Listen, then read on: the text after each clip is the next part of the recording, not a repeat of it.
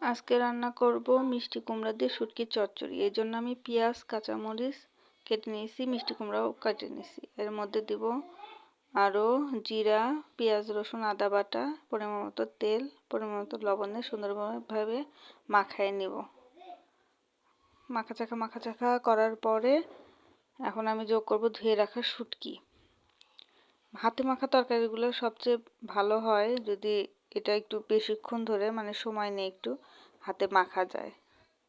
ধুয়ে রাখা শুটকিগুলো যোগ করে এটাকে এর সাথে আমি ভালোভাবে মিশিয়ে নেব হাত দিয়ে।